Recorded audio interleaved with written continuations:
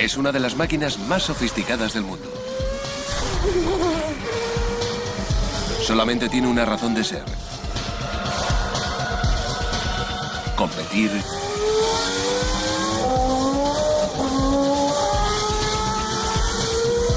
y ganar. En solo unos segundos, un Fórmula 1 alcanza las velocidades de despegue de un avión a reacción.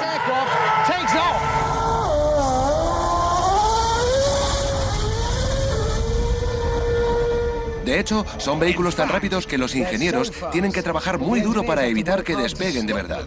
Y tanta velocidad requiere fibra de carbono, titanio y todo tipo de modernos y exóticos materiales. Pero también requiere algunas sorprendentes conexiones de la ingeniería.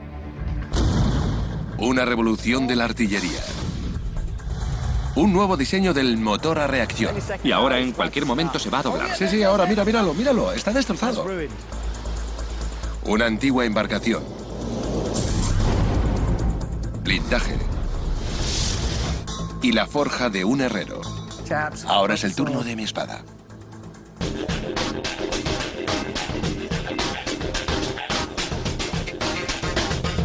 Las conexiones de la ingeniería.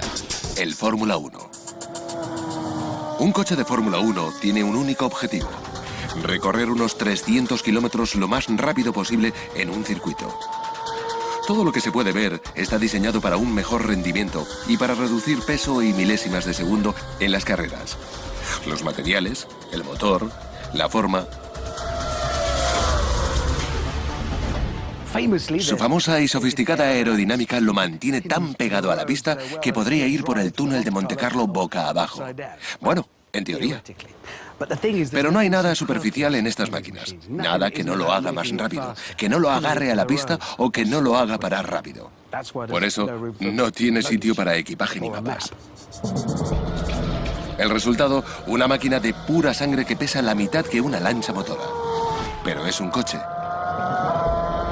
Hace lo mismo que un coche normal y corriente, solo que mucho más rápido, sin reparar en gastos y sin intermitentes. Se podría pensar que los coches de Fórmula 1 tienen motores gigantescos. Pero los motores son más pequeños que los de muchos turismos, de solo 2,4 litros. El secreto es la precisión, no la fuerza bruta. Y esa precisión es audible. Este es el inconfundible sonido de sus componentes moviéndose a velocidades que destrozarían un motor normal. El corazón palpitante de cualquier coche con un motor de combustión interna o de un coche de Fórmula 1 es esto. Este es el pistón del cilindro. Hemos cortado el cilindro para poder ver cómo funciona. Y empieza con una explosión de combustible aquí arriba. Es la combustión interna, ya que es un motor de combustión interna. Esos gases en expansión hacen que el pistón se deslice hacia abajo y se coloque dentro del cilindro. Y eso provoca dos cosas. Al rotar el asta de abajo, envía otro pistón hacia arriba listo para explotar, para continuar el proceso, y esa asta rotatoria es lo que impulsa las ruedas del coche.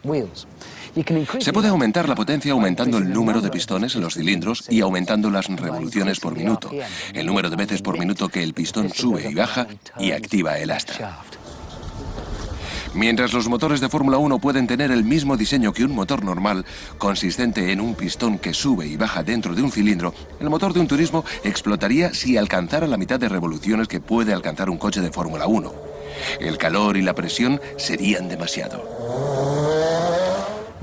Esta es la solución que idearon los diseñadores del motor de Fórmula 1.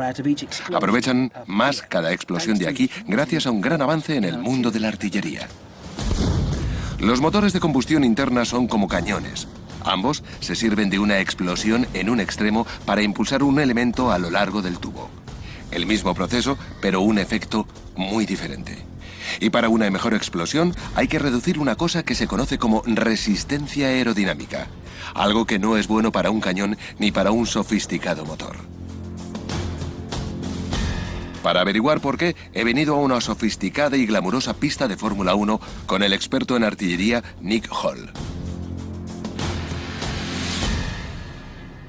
Entonces, este es el punto en el que la tecnología de Fórmula 1 y la historia de la artillería militar se unen. ¿Qué necesitamos para hacerlo funcionar?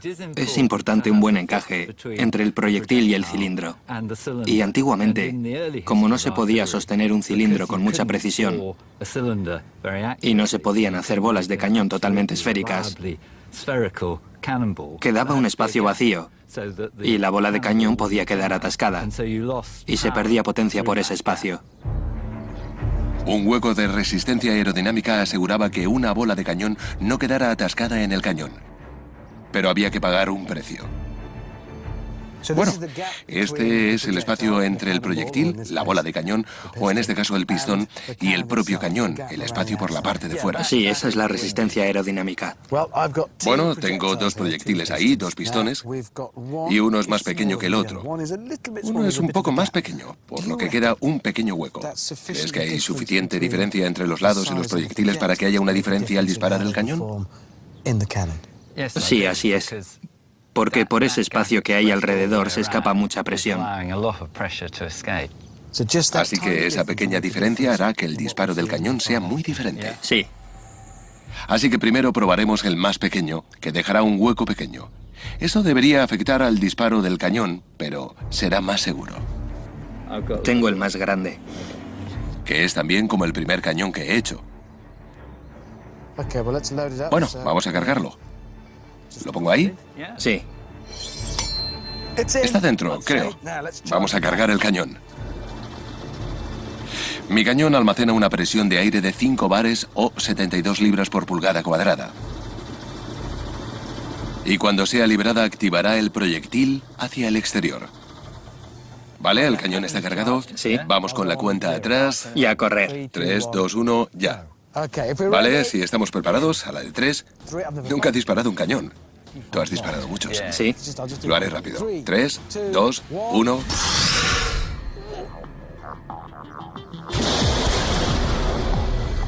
Liberado por una sofisticada palanca y un ensamblaje de cuerdas, la presión hace avanzar al pistón por el cilindro hasta acabar en el exterior. Bueno, ha funcionado, ¿no? Ha estado bien, sí. Ese era el proyectil pequeño. Así que ahora lo que tenemos que hacer es ir a marcar el sitio con mi bandera de golf industrial. Unos respetables 48 metros en nuestro primer intento. Vale, bueno, esto no es un ejercicio para demostrar la efectividad de mi cañón de aire, pero no está mal, ¿no? No está mal.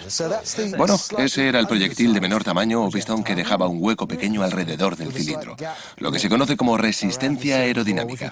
Resistencia aerodinámica. Este es más grande. Si fuera demasiado grande y tuviéramos que encajarlo, malgastaría energía porque superaría la fricción para salir del cañón. Sí, pero aquí tenemos una máquina muy eficaz, ¿verdad? La mejor. Bueno, veamos. No hay casi nada de espacio. De hecho, con menos espacio se puede necesitar un poco de presión. Con el pistón más ajustado, la presión del aire alcanza los 5 bares como en el intento anterior. No hay resistencia aerodinámica. No hay ningún hueco de seguridad en mi cañón casero de alta presión. Bien. El cañón está cargado y hemos colocado el proyectil dentro. Sí. Voy a alejarme un poco más porque estoy un poco más nervioso. No hay resistencia aerodinámica en este. No. ¿Hago la cuenta atrás? Sí. ¿Ya? Sí. ¿Estamos listos? 3, 2, 1.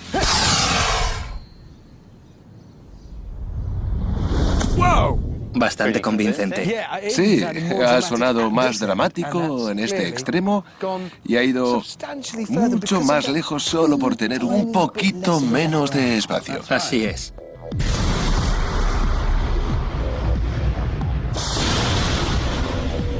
Por tanto, la misma fuerza lo ha disparado a mucha más distancia por un mejor ajuste.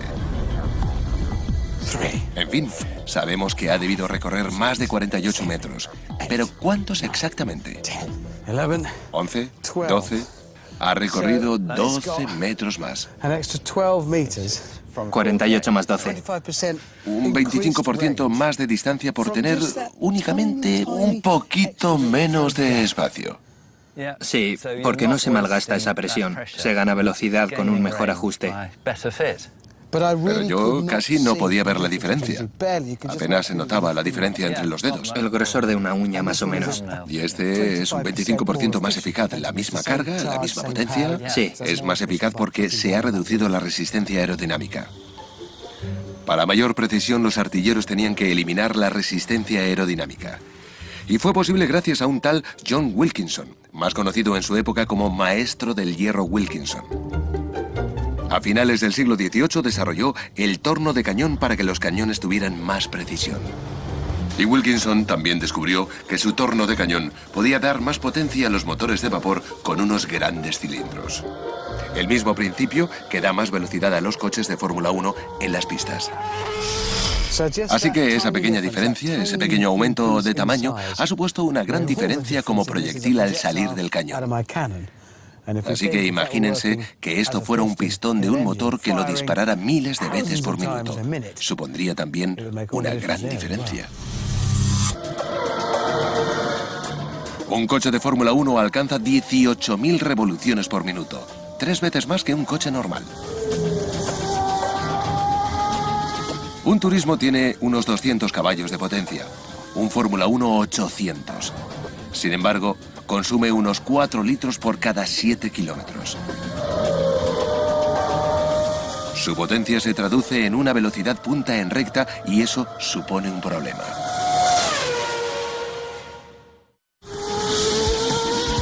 Un avión comercial despega a 290 kilómetros por hora. Un coche de Fórmula 1 puede superar 200 veces esa velocidad en una carrera. A veces, los coches rápidos son como aviones.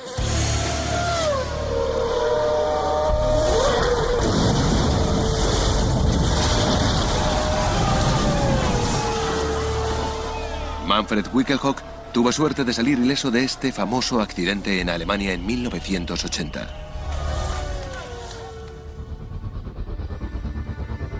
Fue por la fuerza aerodinámica del coche. Si algo va mal, despega. Si todo va bien, gana carreras.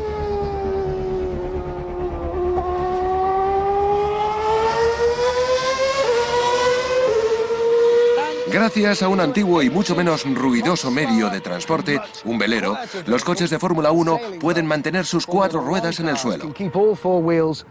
El mismo principio que permite a los marineros avanzar por la acción del viento, permite a los coches de Fórmula 1 tener agarre en el asfalto y tomar curvas rápido.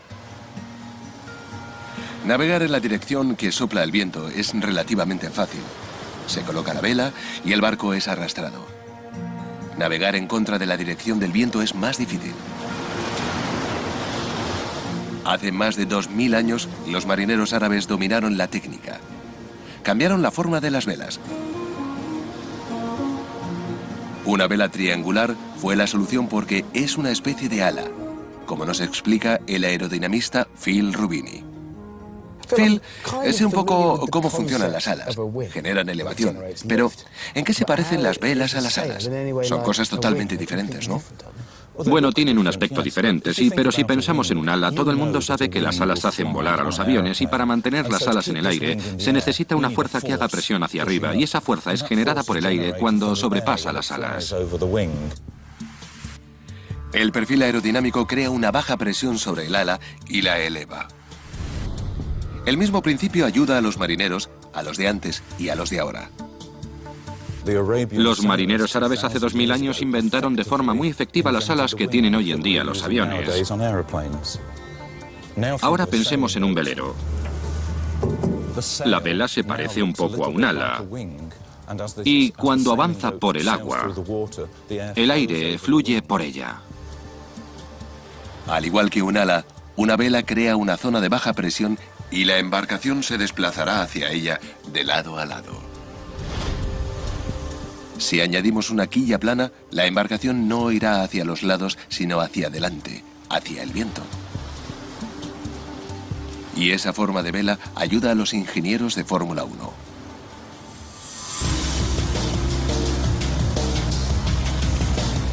Esto no es un coche de Fórmula 1, pero gracias a unas modificaciones inspiradas en las de los marineros árabes, aquí, en uno de los túneles de viento más sofisticados del mundo, vamos a hacer que actúe como uno. Los coches de carrera se sirven de la aerodinámica para fijarse mejor al asfalto y para ser más pesados. Eso no suena demasiado bien, pero un coche más pesado tiene menos probabilidades de salir volando. En este túnel hay sensores de peso de vehículos. Ahora marca 1 tonelada, pero eso debería cambiar cuando activemos un pequeño huracán.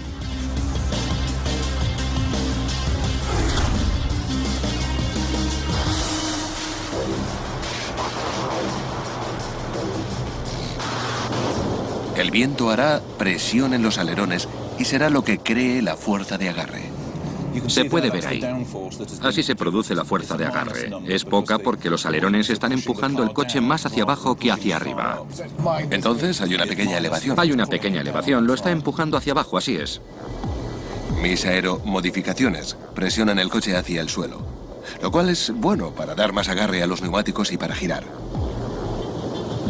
El viento sopla a unos 130 kilómetros por hora, pero aquí los ingenieros pueden calcular el efecto que tendría a 320 kilómetros por hora. Bueno, esta pantalla muestra las cifras del coche a velocidades de Fórmula 1.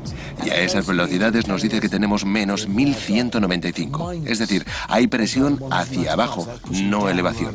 Esa es la fuerza de agarre. Mis alerones harían un coche 1 tonelada más pesado y no despegaría. Es una fuerza de agarre importante, pero mira esa cifra. Es enorme. Los enormes alerones crean un gran arrastre o resistencia de aire, que debería ralentizar el coche.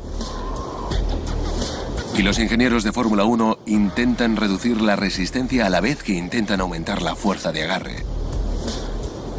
Probablemente mi coche no alcanzaría los 100 kilómetros por hora, a no ser que pudiera colocarle dentro varios motores de Fórmula 1. Es una idea, pero no demasiado práctica. Bueno, creo que hemos conseguido demostrar un par de cosas. Primero, que no me van a contratar como aerodinamista en ningún equipo de Fórmula 1. Pero la teoría funciona. Estos alerones, estas alas boca abajo, empujan el coche hacia abajo y doblan su peso normal.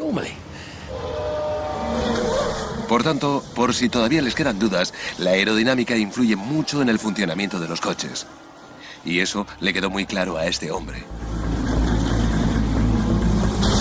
Los coches de carreras, por su naturaleza, son muy rápidos. Y si algo falla, falla también muy rápido. Sorprendentemente, este piloto sobrevivió porque la seguridad ahora es tremendamente importante en el automovilismo.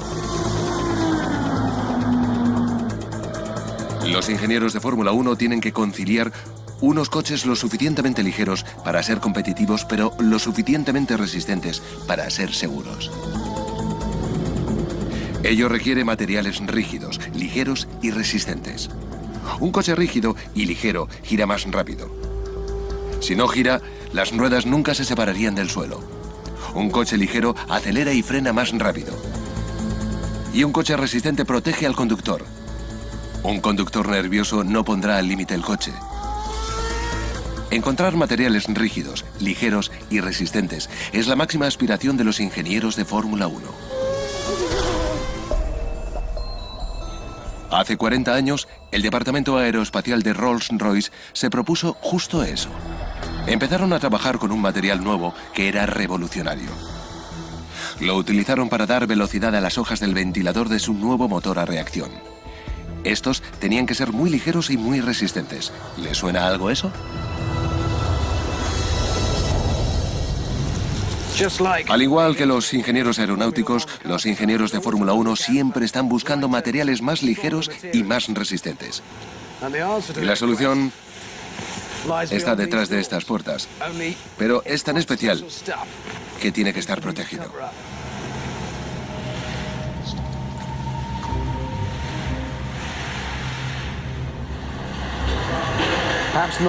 Puede que esto no parezca ni suene exactamente como una revolucionaria fábrica industrial.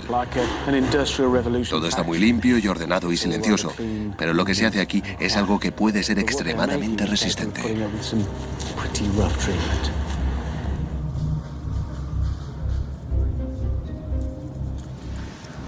Bueno, esto es fibra de carbono, en su estado original, flexible. Es difícil de imaginar que se utiliza para hacer los motores de los aviones o de los coches de Fórmula 1, y tienen razón, pero en estas condiciones. Necesita dos elementos para estar preparada para la pista: el calor y la presión. Básicamente hay que meterla en una olla a presión muy grande.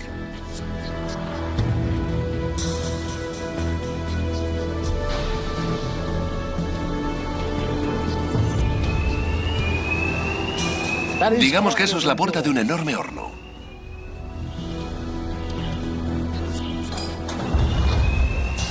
Y bueno, la vamos a poner en el nivel 6 y esperar.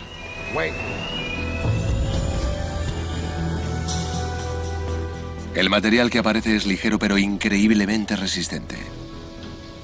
Lo suficiente como para ser parte de un coche de Fórmula 1. Toda fibra de carbono comienza su vida como una cuerda. Puede convertirse en tejido o en una pieza de alta presión. Estos cigüeñales de fibra de carbono son para coches de lujo y coches de carreras Le Mans. Los fabricantes y los corredores necesitan saber con exactitud cuánto estrés puede soportar un cigüeñal de fibra de carbono. Y ese es el mundo de Chris Jones, un ingeniero de pruebas de una importante marca. Bueno, Chris, ingeniero de pruebas. Supongo que eso significa que pruebas las cosas hasta destruirlas. Sí, algo así. Pues creo que me podrás ayudar porque sé que la fibra de carbono se utiliza en Fórmula 1 porque es ligera y resistente. Pero, Sí. ¿cómo de ligera y resistente comparada a otros materiales? Ahí es donde puedes ayudarme. Bueno, lo que tenemos aquí son dos ejes propulsores. No sé si quieres coger este. Así que esto es un eje propulsor de acero. Y este enorme trozo de metal conecta el motor con las ruedas y toda la potencia se va por aquí, ¿no?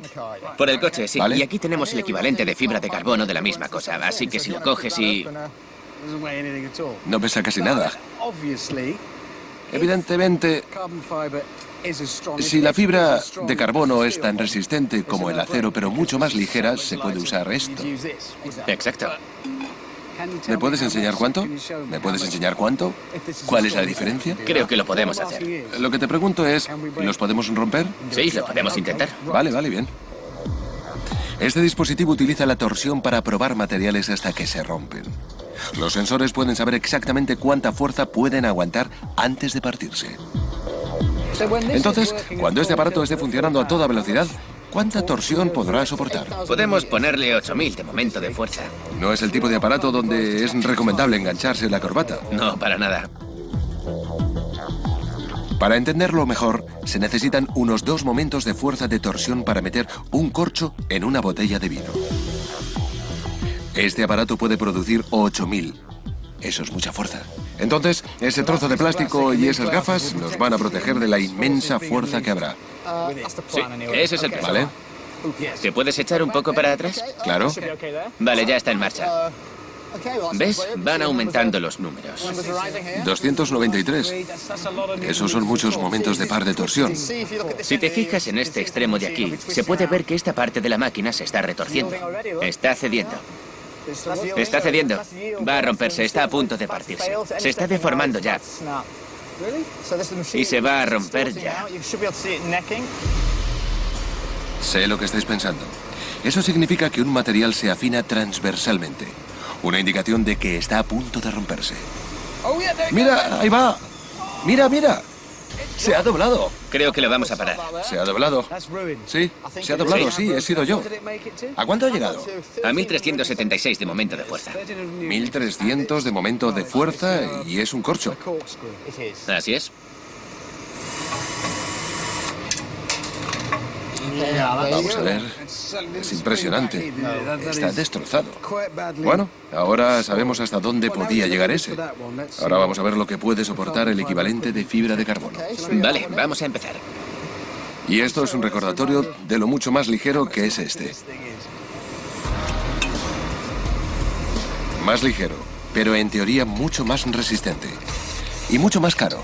3000 euros por esta única pieza. Está claro que es más estético. Sí, son muy estéticos, ¿verdad? No me puedo creer que vaya a tener la misma fuerza que el acero.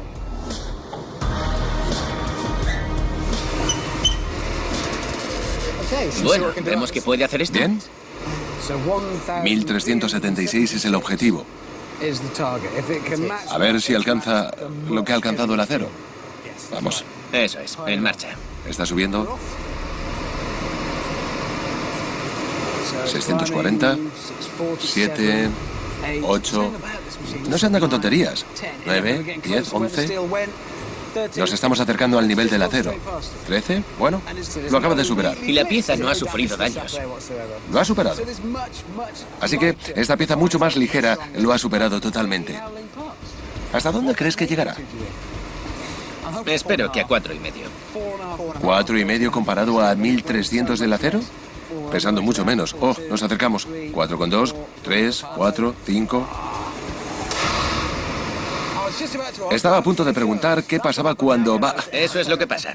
Vale, yo no he saltado ni nada. Bueno, ¿hasta dónde ha llegado? A 4.728 de momento de fuerza, comparado a los 1.300 del acero. Es mucho más resistente que el pesado acero y no olvidemos que está hecho de estos hilos. Básicamente son tiras que se expanden. Nada más. Solo eso.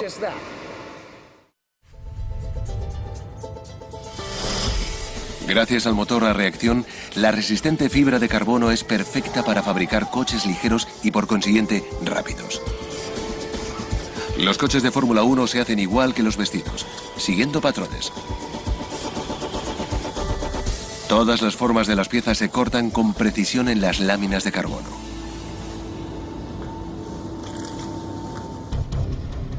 Incluido esto, el monocasco o carrocería de una sola pieza. Es la cabina del piloto. Este monocasco ultraligero es también el chasis del coche. No hay chasis independiente. No es necesario porque la fibra de carbono es suficientemente resistente. Lo único que protege al conductor es una capa de carbono. Pero eso no es lo único que necesita protección en estas elegantes bestias.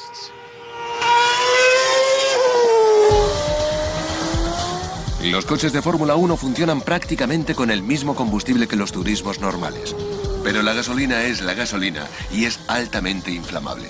Tiene que serlo. En las carreteras, los coches de Fórmula 1 llevan toda la gasolina desde el principio.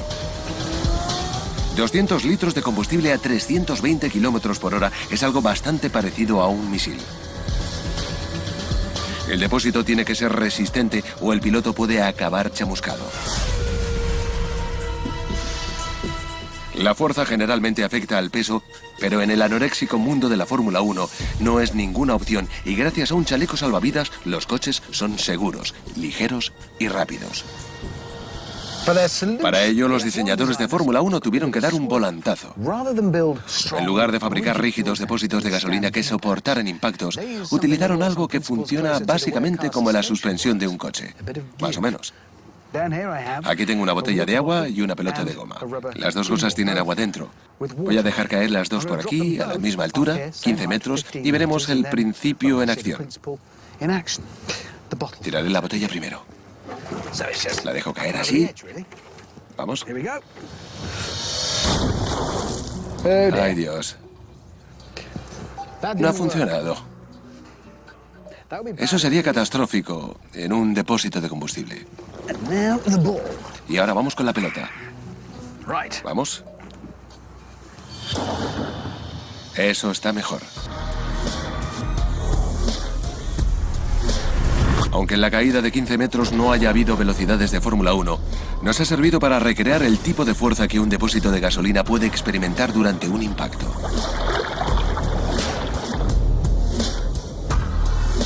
Un material flexible y ligero que se dobla y absorbe impactos parece ideal. Pero por lo visto es difícil hacer algo flexible y resistente.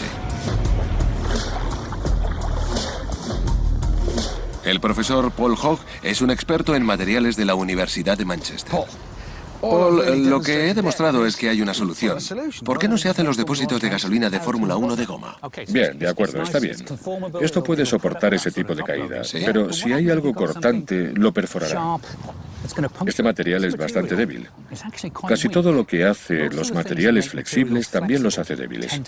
Así que si tienes algo cortante que puede perforar, tendrás un problema. Entonces, ¿qué pasaría si impactara, digamos, con una flecha? Una flecha... Bien, me alegra que hayas dicho eso porque aquí el arquero Steve Ralphs va a disparar una flecha ardiendo a esto, que va a ser, para esta demostración, nuestro depósito de combustible. Es otra pelota de goma llena de combustible. La voy a poner en la diana. ¿Así, Steve? Y como nuestra pelota de goma tiene varios litros de gasolina dentro y estamos a punto de lanzarle una flecha en llamas, nos ha parecido que debíamos llamar a los bomberos por si acaso. Tienen muchos fuegos relacionados con flechas en llamas en Lancashire, por lo visto. Steve, ¿crees que puedes disparar una llama ardiendo desde aquí? Lo podemos intentar. Si ven Fórmula 1 sabrán que esto es lo que ocurre en una carrera.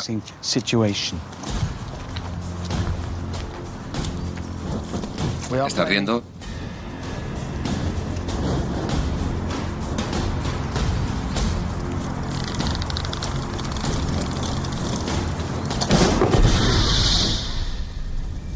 Sí.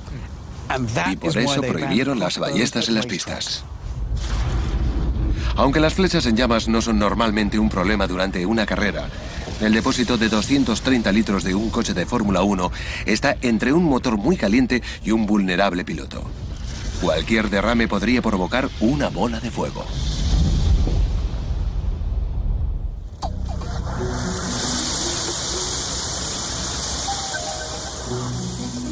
¿Un poco exagerado?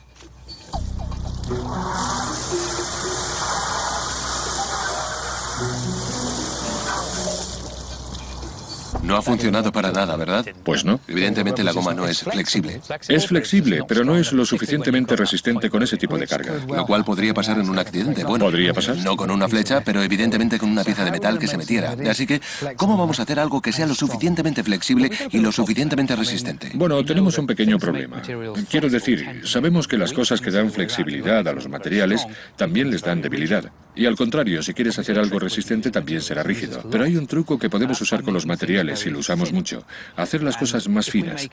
Si convertimos un material muy resistente en fibra muy fina, se hace muy flexible. Esto es Kevlar.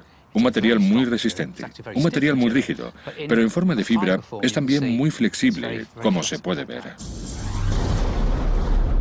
El Kevlar es tan resistente que se ha convertido en sinónimo de chalecos antibalas y blindajes.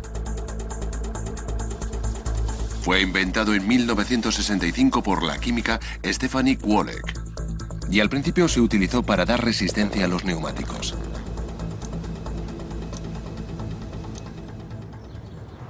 Bien, así que esto es un material muy resistente por su delgadez, lo que le da también flexibilidad. Es genial. Es un material 5 o 10 veces más resistente que el acero. Sí, igual que el carbono, esta milagrosa fibra es más resistente que el acero. Unas 5 o 10 veces más resistente. Por eso pueden hacerlo tan fino. Entonces, si se hace algo más fino, también será más flexible y resistente, pero no podrá contener combustible, porque se saldría. Sí, lo primero que tenemos que hacer es convertirlo en algún tipo de tejido para poder hacer con ese material diferentes formas. Pero el tejido no va a poder contener el combustible, ¿verdad? Así que vamos a tener que recubrir con él algo que siga siendo flexible. Así que cogemos esto y lo combinamos con la goma. La goma lo recubre y tendremos esto. Esto es un depósito de verdad de Fórmula 1. Sí. Nos lo han dejado. No lo parece, pero es muy eficaz y también muy caro. Cuesta mucho dinero hacer uno de estos. Y esto combina las propiedades de los dos materiales. Le da rigidez y resistencia. Y puede contener combustible. Sí, básicamente es una matriz de goma reforzada con Kevlar para darle la resistencia que necesita. Deberíamos probar esto con otra flecha en llamas. ¿Deberíamos? Pero creo que no nos regañarían. Es muy caro. Nos lo han dejado y lo tenemos que devolver. Pero he ideado algo que nos podría servir. He traído conmigo al primo industrial del material de los depósitos de Fórmula 1, el Kevlar. Esto es lo que tengo. La fibra Kevlar es lo que le da resistencia y esta es la goma. Sigue siendo flexible. Es muy flexible. Pero también muy resistente porque combina las propiedades de los dos materiales. Steve, ¿tienes alguna flecha en llamas más? Creo que necesitamos otra.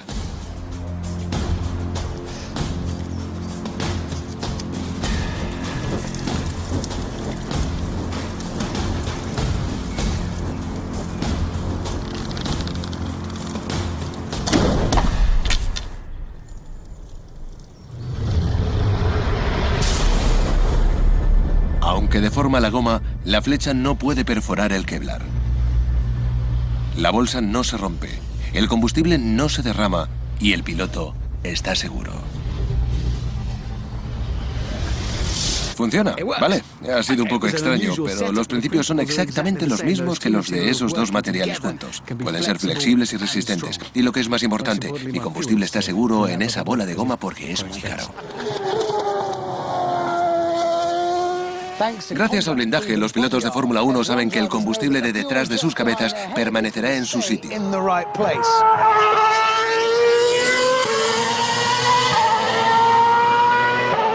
Los únicos pinchazos por los que tienen que preocuparse son los de sus neumáticos. Los neumáticos de Fórmula 1 no están diseñados para durar carreras completas. Eso significa que tienen que cambiarse por lo menos una vez durante la carrera. ¿Y cuánto se tarda en cambiar un neumático? ¿15 minutos? ¿20? En un mundo obsesionado con la velocidad, el tiempo es oro. Los mecánicos de Fórmula 1 pueden cambiar 4 ruedas en menos de 10 segundos. La clave está en tener un equipo de parada técnica de precisión militar y las herramientas apropiadas. En lugar de 4 o 5 complicados pernos, las ruedas de Fórmula 1 tienen un conector de cierre que puede ser desmontado en menos de un segundo.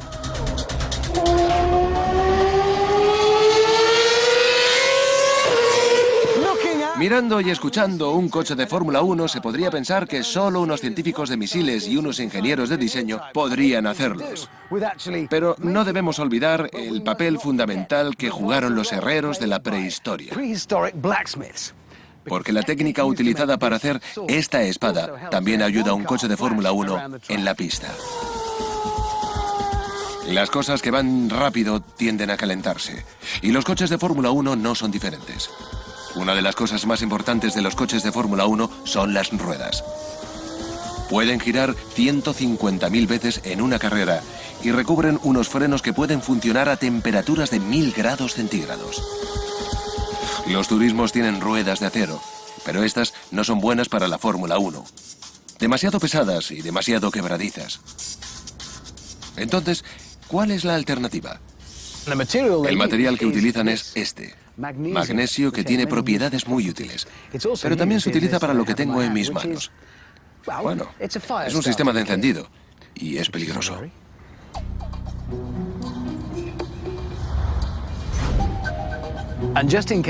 Y por si no me creen sobre esta propiedad del magnesio, creo que es mejor que nos alejemos de un lujoso coche de Fórmula 1 para demostrarlo. Primero frotamos el magnesio.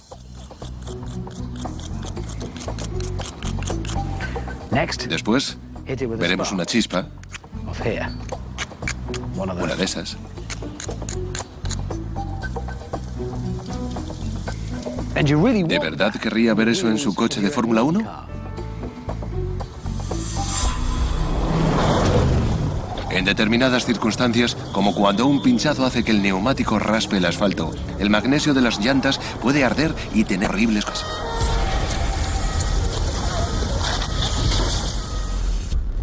Entonces, ¿por qué se utiliza el magnesio para hacer neumáticos de carreras? De nuevo, porque el magnesio es resistente y ligero. En coches de Fórmula 1, la resistencia y la ligereza superan al riesgo de incendio. Siempre merece la pena. El magnesio depende de la presión de la aceleración rápida, la velocidad de giro y el frenado.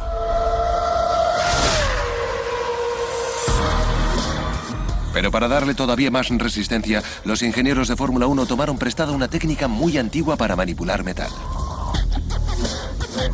Para dar forma al metal, solo hay que fundirlo, derretirlo y verterlo en un molde como los herreros Mike Rosser y Craig Jones me enseñan. Eso todavía estará muy caliente. No puedo. No soy lo suficientemente hombre. Eso es una prueba. No puedo. Au. Vale. Está claro que no soy herrero. Mirad eso. ¿Es lo que acabamos de hacer? Un mazo. Así es. Acabamos de hacer ese mazo. Y no solo se pueden hacer cosas como martillos. También se pueden hacer cosas como esta espada de aquí. Mirad, es de hierro fundido. Algo muy delicado e inteligente que se hace mediante la fundición. ¡Ay, Dios! Se me ha caído la espada. Y creo que lo que acabo de demostrar es que es algo quebradiza. Hay cosas que se hacen mejor con otros procesos distintos a la fundición. Por suerte, aquí también pueden hacerlo. Sí, por suerte para los espadachines torpes y para las ruedas de Fórmula 1 hay otro proceso que da mucha más resistencia. La antigua técnica del forjado. ¿Golpear? Básicamente. Golpear básicamente en los extremos. Forjar es dar forma al metal utilizando fuerzas compresivas localizadas. O golpeando el metal repetidamente con un gran martillo. Entonces, ¿esto es forjar? Sí. La forja suele alinear las vetas internas, que es lo que lo hace naturalmente resistente. Hay que volverlo a poner en el fuego para que se caliente más. Por el contrario, en la fundición, las vetas se distribuyen aleatoriamente creando puntos de debilidad potencial. Mira, ahora que no nos ve nadie, ¿me puedes enderezar esto? Enderézalo un poco. Lo cortaremos.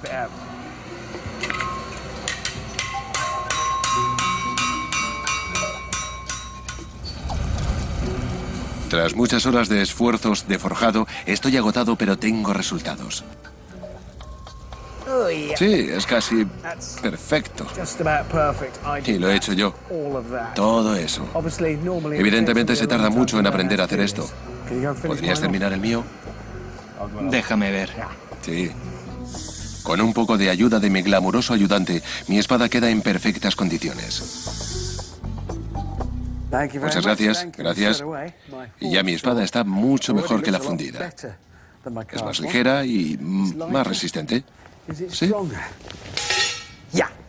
Está claro que es mucho más resistente que la fundida. Por eso los equipos de Fórmula 1 utilizaban ruedas de magnesio.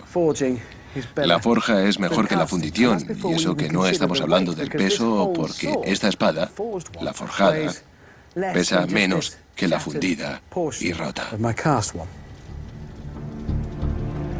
Y lo mismo pasa con las ruedas. Una rueda forjada será más ligera y más resistente que una fundida. Se podría pensar que los equipos de Fórmula 1 tienen ejércitos de herreros trabajando en sus ruedas. La verdad es que no. El proceso es mucho más industrializado. Una aleación semifundida da forma utilizando una fuerza de 9.000 toneladas. Las vetas son alineadas y aparecen unas ruedas increíblemente resistentes. Solo hay que rezar para que no se pinchen. Todos los elementos de un coche de Fórmula 1 están pensados para que vayan de la línea de la cuadrícula a la meta tan rápido como sea posible. Y eso es algo fascinante para millones de personas de todo el mundo. Pero parte de la competición de la Fórmula 1 no ocurre en la pista porque los ingenieros compiten constantemente con increíble ferocidad para ganar unas cuantas milésimas de segundo a sus competidores. Y eso significa trabajar con la ciencia y la ingeniería más avanzada. Descubrir tecnologías que van mucho más allá del circuito de carreras. Prácticamente marcianas. Normalmente, la tecnología se prueba antes de la exploración espacial. Pues bien, con los coches de Fórmula 1 pasó lo contrario. Sí, estos vanguardistas plásticos de la sonda espacial Beagle 2 surgieron gracias a la Fórmula 1.